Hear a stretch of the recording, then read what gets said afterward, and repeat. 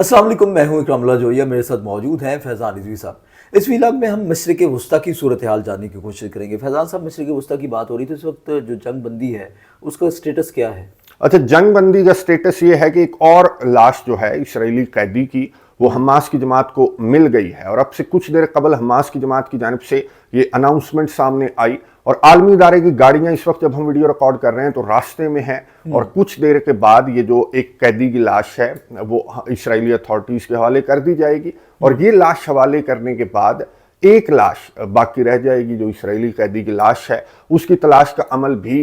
Hamas کی جماعت کی جانب سے جاری ہے، اور یہ ایک لاش حوالے کرنے کے بعد اسرائیل ظاہر ہے کہ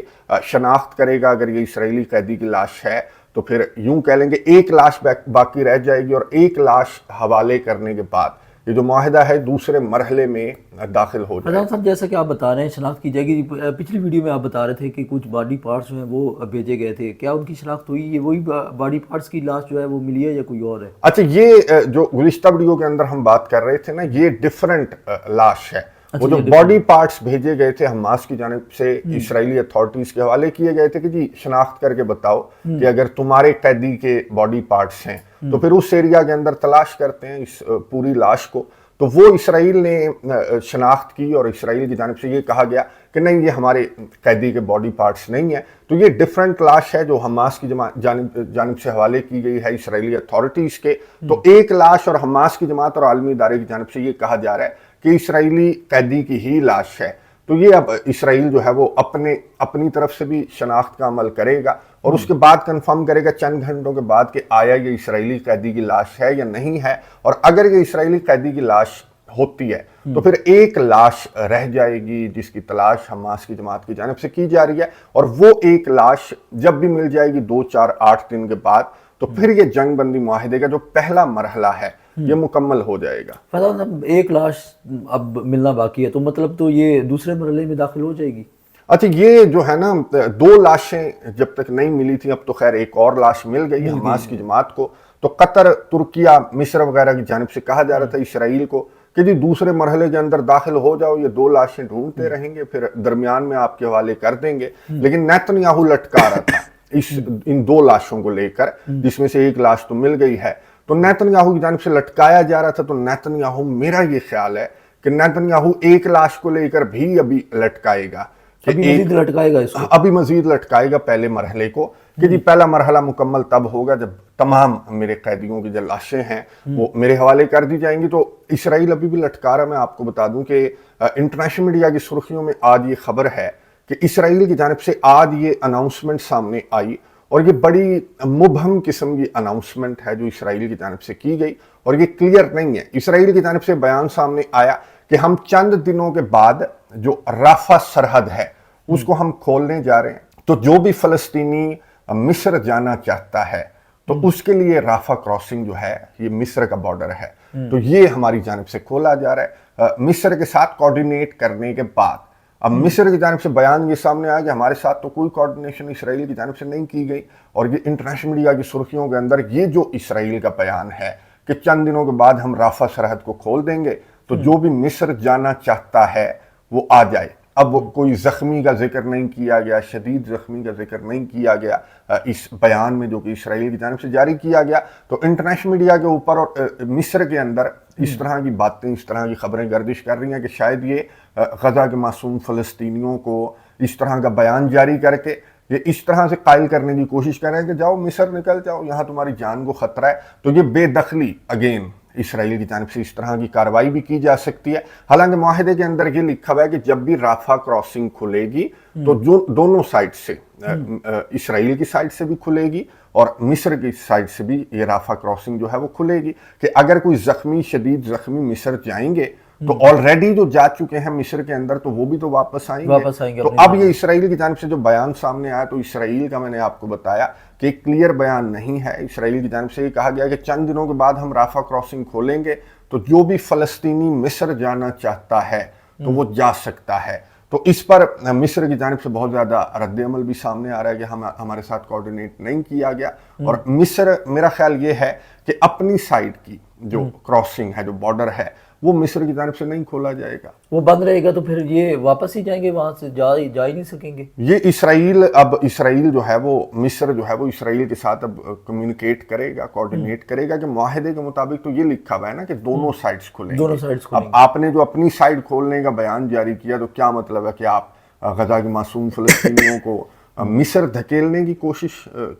کرنے کی کوشش کر رہے ہیں کہ مصر چلے جائیں گے. ان حرکتوں کے اوپر امریکہ کا کوئی رد عمل سامنے نہیں آ رہا؟ اچھا، امریکہ کا رد عمل یہ میں دکھا رہا ہوں ویورز کو اسکرین کے اوپر. آج اقوام متحدہ جنرل اسمبلی کا اجلاس ہوا اور اس کے اندر ووٹنگ ہوئی، اور ووٹنگ کے رزلٹس یہ آپ کو نظر آ رہے ہوں گے کہ 151 جو ووٹس ہیں وہ اس قرارداد کے حق میں آئے، 11 اس قرارداد کے خلاف آئے، اور ان 11 کے اندر آپ کو نظر آ رہا ہوگا ریڈ کلر کا یونائٹڈ اسٹیٹس آف امریکہ، اس نے 2 اسٹیٹ سولوشن کے خلاف امریکہ نے ووٹ دیا ہے اس قرارداد کے اندر. یہ جو ریسنٹ قرارداد ہے، اور اس قرارداد کا ایک حصہ یہ بھی تھا کہ جی شام سے اسرائیل اپنا قبضہ چھوڑے گا، جو گولان ہائٹس وغیرہ ہیں، یا پھر اس سے بھی آگے اسرائیل تو نکل گیا. تو یہ جو قرارداد ہے جس پر 150 سے زیادہ کنٹریز نے اس قرارداد کے حق میں ووٹ دیا کہ 2 اسٹیٹ سولوشن ہونا چاہیے اور اسرائیل کو شام سے اپنا قبضہ ختم کرنا چاہیے، تو اس قرارداد کے خلاف ووٹ دینے والا امریکہ، آپ اندازہ لگا لیں کہ ابھی امریکہ سے بھی ایکسپیکٹ کیا جا رہا ہے مسلمان ممالک کی جانب سے کہ ہم رد عمل نہیں دیتے جو اسرائیل کی جانب سے حرکتیں کی جا رہی ہیں. وہ 2 اسٹیٹ کو بھی نہیں، وہ 2 اسٹیٹ سولوشن کو بھی اس کے خلاف ووٹ دے رہا ہے امریکہ. تو امریکہ کی جانب سے کوئی اس طرح کا رد عمل ایکسپیکٹ نہیں کرنا چاہیے. امریکہ جو ہے وہ اس مشن میں، یہ جو قبضے کا مشن ہے، یہ جو نسل کشی کا مشن ہے، اس میں امریکہ اسرائیل کے ساتھ ہے کہ جس کی اقوام متحدہ سلامتی کونسل کے اندر ویٹو پاور ہے جس کے پاس، وہ ہے امریکہ. اور امریکہ نے اس قرارداد کے خلاف ووٹ دیا جو کہ میڈییٹر ہے غزہ جنگ بندی معاہدے کا. میڈییٹر کیا بلکہ مینیجر ہے یوں کہہ لیں، جس کے مسلمان وہ اس کے مخالف میں ووٹ، وہ اس کے خلاف ووٹ دے رہا ہے. تو یہ جعلی جنگ بندی معاہدہ، جنگ بندی جب رشیا نے کہا تھا کہ جب 2 اسٹیٹ سولوشن ہی نہ ہوا تو پھر کون سی جنگ بندی. اچھا، شام کے اوپر جو ہے اسرائیل اپنا قبضہ بڑھا رہا ہے، کیا اس قرارداد کا اثر اس کے اوپر بھی پڑے گا؟ اچھا، اس قرارداد کا اس طرح کی درجنوں نہیں بلکہ سینکڑوں قراردادیں ہیں جو کہ منظور کی جا چکی ہیں، اسی طرح کی میجورٹی کے ساتھ منظور کی جا چکی ہیں، لیکن اس کا کوئی اثر نہیں ہوتا ہے. قراردادوں کا کوئی اثر نہیں ہوتا. اس میں شام بھی میں نے آپ کو بتایا کہ اس کے اندر ایک حصہ یہ بھی تھا کہ شام پر سے اسرائیل اپنا قبضہ ختم کرے، تو اس قرارداد کا تو کوئی اثر نہیں ہوگا. ہاں، امریکہ نے اسرائیل سے رابطہ کیا ہے پرسنلی، اور امریکہ نے یہ کہا کہ یار نہ تنگ کرو شام کو، نئی حکومت آ گئی ہے شام کے اندر، اور تم جو ہو وہ اندر بیت جن تک تم پہنچ جاتے ہو، تو یہ اس طرح کی کاروائیاں نہ کرو. بڑی تمہارے اسرائیل دوست قسم کی حکومت ہم تو لے کر آئے ہیں شام کے اندر. تو یہ شام اور اسرائیل کے درمیان جو ہے وہ دوستی ہونی چاہیے. اب نیتنیاہو کا کیا رد عمل سامنے آیا؟ نیتنیاہو نے کہا کہ ٹھیک ہے، شام کے ساتھ ہم جو ہے وہ اس طرح کے معاملات آگے بڑھا سکتے ہیں، لیکن بفر زون، میں نے آپ کو کہا تھا اس ویڈیو کے اندر کہ بیت جن تک جو جا رہے ہیں نا تو یہ کہیں گے کہ یہاں تک ہمیں خطرہ ہے تو یہاں تک بفر زون بنا دو. اب نیتنیاہو کی جانب سے کہا گیا کہ ٹھیک ہے، شام کے ساتھ جو معاملات ہیں سیکورٹی کے وہ طے ہو سکتے ہیں، لیکن بفر زون بنا دو ہمیں. اب بفر زون یہ میں دکھا رہا ہوں ویورز کو کہ اس نے 1967 کی جنگ میں تو اس نے جو گولان ہائٹس ہیں ان پر قبضہ کر لیا تھا، پھر بشار الاسد کے جانے کے بعد یہ اور آگے بڑھ گیا کہ چلو مسلمان آپس میں لڑ رہے ہیں تو میں یہاں سے آگے نکل جاتا ہوں. یہ بہت آگے ایک پہاڑی تک اس کی فوجیں پہنچ گئی ہیں، اور اس پہاڑی کا اس نے دورہ بھی کیا 1-2 مرتبہ نیتنیاہو نے، اور وہاں سے اس پہاڑی سے ماؤنٹ ہرمون سے بالکل دمشق کا جو منظر ہے وہ اتنا کلیئر نظر آتا ہے، یعنی کہ اتنا بڑا سیکیورٹی ایج اسرائیل کے پاس آ جائے گا جہاں تک یہ بفر زون کا مطالبہ کر رہا ہے نیتنیاہو. تو نیتنیاہو کہہ رہا ہے کہ جی بفر زون بنا دیتے ہیں تو پھر ہم شام کے ساتھ. تو یہ اسی طرح سے اسی اسٹریٹجی کے ساتھ ہی اپنا قبضہ اسرائیل بڑھاتا ہے، بڑھاتے یہ شام کے اندر بھی آگے تک داخل ہو گیا. پھر لبنان کے اندر جو صدرن لبنان ہے وہاں پر بھی اسرائیل یہی مطالبہ کر رہا ہے کہ جی صدرن لبنان کا یہ ایریا بفر زون بنا دو. یعنی کہ اسرائیل اپنے پر جو ہے وہ پھیلا رہا ہے آہستہ آہستہ کر کے. حزب اللہ نے اپنے چیف کے حوالے سے ایک بیان جاری کیا تھا کہ ہم بدلہ لیں گے. تو اگر وہ بدلہ لینے کی بات کریں تو اس سے کیا مزید جنگ جو ہے وہ اسرائیل کے اور ان کے درمیان میں ہو سکتی ہے؟ حزب اللہ کے درمیان اچھا یہ علی طباطبائی کو جب اسرائیل کی جانب سے ٹارگٹ کیا گیا تھا نا چیف آف سٹاف حزب اللہ کے، تو ہاں آپ ٹھیک کہہ رہے ہیں، حزب اللہ نے بلکہ حزب اللہ کے سیکرٹری جنرل نے خطاب کیا تھا، اور حزب اللہ کے سیکرٹری جنرل نے کہا تھا کہ جی ہم ریٹیلیٹ کریں گے، ہم بدلہ لیں گے علی طباطبائی کی شہادت کا۔ اب میں آپ کو بتا دوں کہ آج کی انٹرنیشنل میڈیا کے اوپر مشرق وسطیٰ کے حوالے سے سب سے بڑی خبر یہ ہے کہ لبنان اور اسرائیل کے درمیان مذاکرات چل پڑے ہیں۔ یہ امن مذاکرات ہیں، انٹرنیشنل میڈیا کے اوپر تو اس طرح سے رپورٹ کیا جا رہا ہے، لیکن جو لبنان کے وزیر اعظم ہیں، جو صدر ہیں اور وزیر اعظم، ان کی جانب سے کہا گیا کہ جی اس کو امن مذاکرات ہرگز نہ کہا جائے۔ دہائیوں کے بعد میں آپ کو بتا دوں کہ لبنان اور اسرائیل کے جو آفیشلز ہیں وہ ایک کمرے کے نیچے بیٹھے ہیں، تو اس کو امن مذاکرات نہ کہا جائے۔ یہ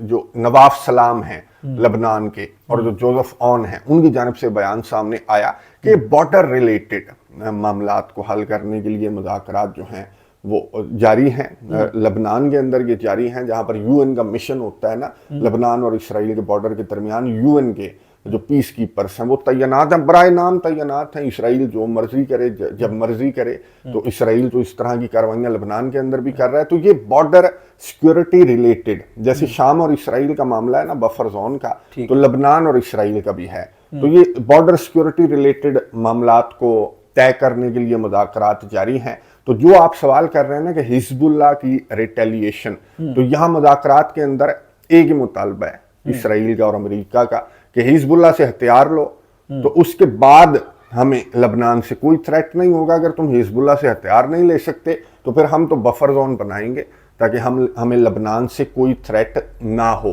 اب یہ حزب اللہ کی جو جماعت ہے وہ ہتھیار ڈالنے سے انکار کیا حزب اللہ کی جماعت نے، بلکہ حزب اللہ کی جانب سے تو ہم بات کر رہے ہیں ریٹیلیٹ، وہ کہہ رہے ہیں کہ ہم تو ریٹیلیٹ کریں گے، لیکن کیا سب سے بڑا سوال یہ ہے جو کہ ویورز کے ذہنوں میں بھی ہوگا کہ اب حزب اللہ کی جماعت کیا اسرائیل کے خلاف ریٹیلیٹ کر سکتی ہے؟ کیا اتنی کیپیسٹی ہے؟ جتنی تبدیلیاں خطے کے اندر آئی ہیں، شام کے اندر حکومت تبدیل ہوئی، شام جو ہے نا وہ سپلائی لائن تھا، اسرائیل جو لبنان کو حزب اللہ کو جو بھی اسلحہ مل رہا تھا، چاہے ایران سے مل رہا تھا جہاں سے بھی مل رہا تھا، تو وایا شام یہ اسلحہ جو ہے وہ حزب اللہ کو مل رہا تھا، اور شام کے اندر رشیا کا ایک اڈا بھی تھا، اس راستے سے یہ حزب اللہ کو اسلحہ ملتا تھا۔ سپلائی لائن بالکل کٹ گئی، اور آج یہ خبر سامنے آئی کہ شام کے احمد الشرا نے ایک کارروائی کی ہے اس کی سیکورٹی فورسز نے، اور 5 جو لوگ ہیں ان کو گرفتار کیا گیا ہے، 4 کو گرفتار کیا گیا اور 1 کو مار دیا گیا۔ اب یہ احمد الشرا کی جو منسٹری ہے، انٹیریئر منسٹری، انہوں نے رپورٹ کیا کیا، انہوں نے کہا کہ یہ تو ہم نے 1250 جو مائنز ہیں وہ ہم نے قبضے میں لی ہیں، اور یہ مائنز جو ہیں وہ حزب اللہ کو سپلائی کرنے کا منصوبہ شام کے اندر بنایا جا رہا تھا۔ تو اس منصوبے کو یہ احمد الشرا نے بڑے فخر سے بیان کیا کہ ہم نے اس منصوبے کو ناکام بنا دیا ہے۔ اب یہ جو مائنز اگر جاری تھیں حزب اللہ کے پاس، لبنان کے پاس، تو اٹ مینز کہ حزب اللہ کی جو جماعت ہے وہ ریٹیلیٹ کرنے کی تیاری کر رہی تھی، لیکن جس طرح کی اب رکاوٹیں ہیں، جتنا چینج ہو چکا مشرق وسطیٰ، تو آپ خود دیکھ لیں کہ احمد الشرا جو ہے وہ قبضے میں لے رہا ہے، 1250 مائنز کو قبضے میں لیا، اور جو مزاحمت کے اہلکار ہیں ان کو گرفتار کر دیا، 1 کو مار دیا، اور اسرائیل کو یہ میسج دے رہا ہے امریکہ کے تھرو جو ہے وہ یہ میسج آئے گا ہم تو وہی آپ کا کام کر رہے ہیں، پرامن قسم کا شام آپ کے لیے بنانے کی کوشش کر رہے ہیں، آپ کو کوئی خطرہ نہیں ہوگا، بفر زون کو رہنے دیں اور ہمارے ساتھ دوستی کر لیں۔ لیکن اسرائیل جو ہے وہ بفر زون کا مطالبہ اس سے پیچھے نہیں ہٹے گا، چاہے لبنان ہو چاہے شام ہو، تو بفر زون تو اسرائیل کی جانب سے کوشش کی جائے گی کہ بنایا جائے، اور پورے کا پورا قبضہ جو ہے یہ اپنا آہستہ آہستہ کر کے قبضہ اسرائیل بڑھائے گا۔ ویسے کیا لگتا ہے کہ حزب اللہ جو ہے وہ اپنا ریٹیلیٹ کرے گا، بدلہ لینے کی کوشش کرے گا اس سچویشن میں؟ حزب اللہ کی جانب سے ریٹیلیشن جو ہے وہ اتنا آسان نہیں ہوگا مشکل کہ حزب اللہ کی جماعت جو ہے وہ اب ریٹیلیٹ کرے، کیونکہ جس طرح سے شام کے اندر سب سے بڑی وجہ شام کے اندر حکومت کی تبدیلی اور شام کے اندر یہ جس طرح کی کاروائیاں کی جا رہی ہیں، سپلائی لائن کٹ چکی ہے، تو حزب اللہ کی جانب سے یہ ریٹیلیشن کی تیاریاں تو حزب اللہ کی جماعت کر رہی ہے نا، لیکن رکاوٹ صرف اسرائیل نہیں ہے،